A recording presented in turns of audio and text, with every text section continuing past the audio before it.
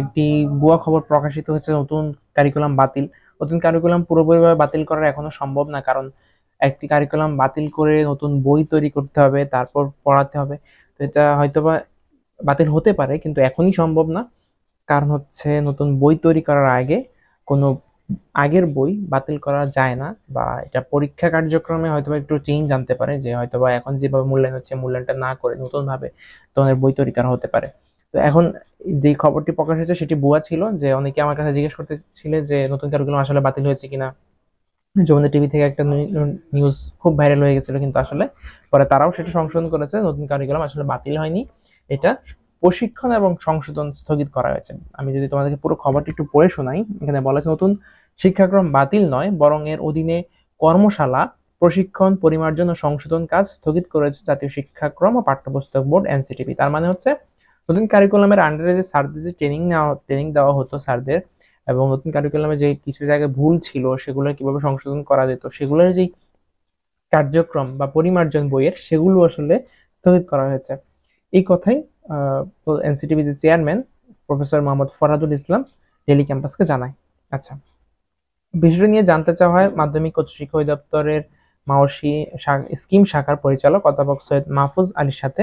তিনি দা ডেলি ক্যাম্পাসকে জানিয়েছেন, আমরা এখনো এরকম কোনো সিদ্ধান্ত পাইনি, এটি মন্ত্রণালয়ের সিদ্ধান্ত, আমাদের কোনো সিদ্ধান্ত নেওয়ার সুযোগ নেই, তবে আমরা এখনো স্থগিতের কোনো সিদ্ধান্ত পাইনি। তার মানে নতুন কারিকুলাম যে বাতিল হবে সেটি সিদ্ধান্ত দিবে শিক্ষা মন্ত্রণালয়।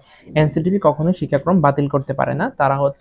তারা এখন যেটি করে তারা হচ্ছে কর্মশালা, প্রশিক্ষণ এবং পরিমার্জনটি স্থগিত করেছে।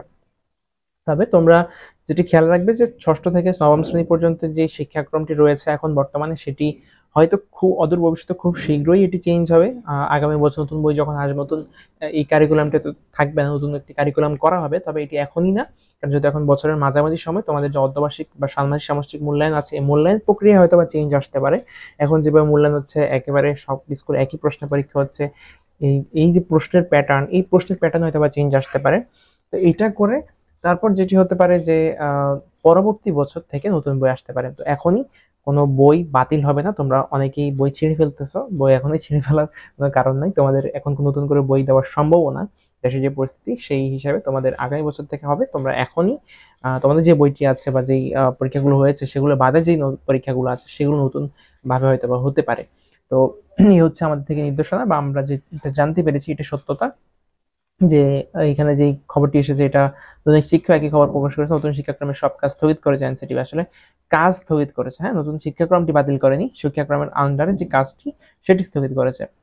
তো আশা করছি শিক্ষার্থীরা বুঝতে পেরেছো যে তোমরা যেই খবরটি পেয়েছো এটা আসলে এখনো সঠিক না, এটা সঠিক না, এটা খুব শীঘ্রই হয়তো চেঞ্জ করে তোমাদের পরবর্তী বছর দেওয়া, আমি যেটা তোমাদের বারবার বলছি।